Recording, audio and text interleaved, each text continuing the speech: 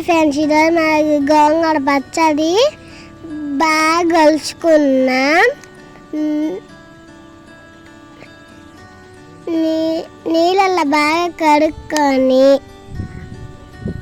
ఎండలో ఆరబెట్టుకున్నాం. గోంగూర పచ్చడికి కావలసిన పదార్థాలు: గోంగూర తడి లేకుండా ఆరబెట్టుకోవాలి, చింతపండు, వేయించుకున్న మిరపపొడి,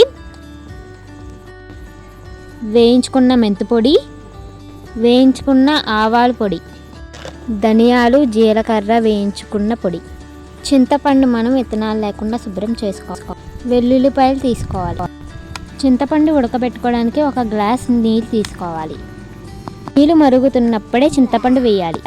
చింతపండు దగ్గర పడేదాకా బాగా కలుపుకుంటూ ఉడికించుకోవాలి.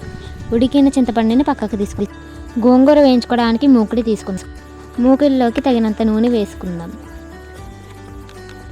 తరువాత మనం ఆరబెట్టుకున్న గోంగూరని వేసుకొని వేయించుకోవాలి. మనకి నూనె సపరేట్ అయిన దాకా వేయించుకోవాలి. మనకి గోంగూర ఇలా వచ్చిన దాకా వేయించుకుందాం. వేయించుకున్న గోంగూరని సపరేట్గా ఒక బౌల్లోకి తీసుకుందాం.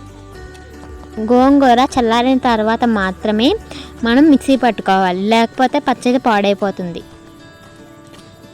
ఇలా చూపిస్తున్నట్టుగా మనం మిక్సీ పట్టుకోవాలి.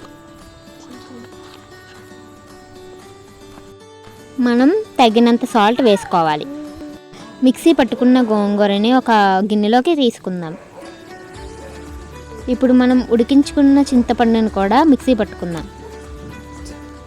మిక్సీ పట్టుకున్న చింతపండుని గోంగూరలో వేసుకొని బాగా మిక్స్ చేసుకుందాం.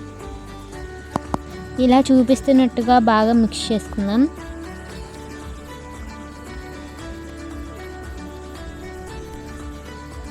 ఇందాక నేను చూపించిన పొడులన్నీ వేసుకొని బాగా మిక్స్ చేసుకుందాం. 1 by 1 పొడులన్నీ వేసుకొని బాగా మిక్స్ చేసుకుందాం. ఇలా నేను చూపించిన పొడులన్నీ బాగా వేసుకొని మిక్స్ చేసుకోవాలి. బాగా పచ్చడికి పట్టేలా మిక్స్ చేసుకోవాలి. ఇది ముందుగానే చేసుకున్న పోపు. ఇందులోకి ఎండుమిరపకాయలు, వెల్లుల్లి, ఆవాలు వేసుకొని ఇది చల్లారిన తర్వాతే పచ్చడిలోకి వేసుకొని బాగా మిక్స్ చేసుకోవాలి. మనం బాగా కలుపుకొని ఒక బాక్స్లోకి స్టోర్ చేసుకోవాలి. ఇలా చక్కగా స్టోర్ చేసుకుంటే మనకి ఈ సంవత్సరం అంతా నిల్వ ఉంటుంది. వేడి వేడి అన్నంలో గోంగూర పచ్చడి వేసుకొని తింటే బాగుంటుంది. Like and subscribe.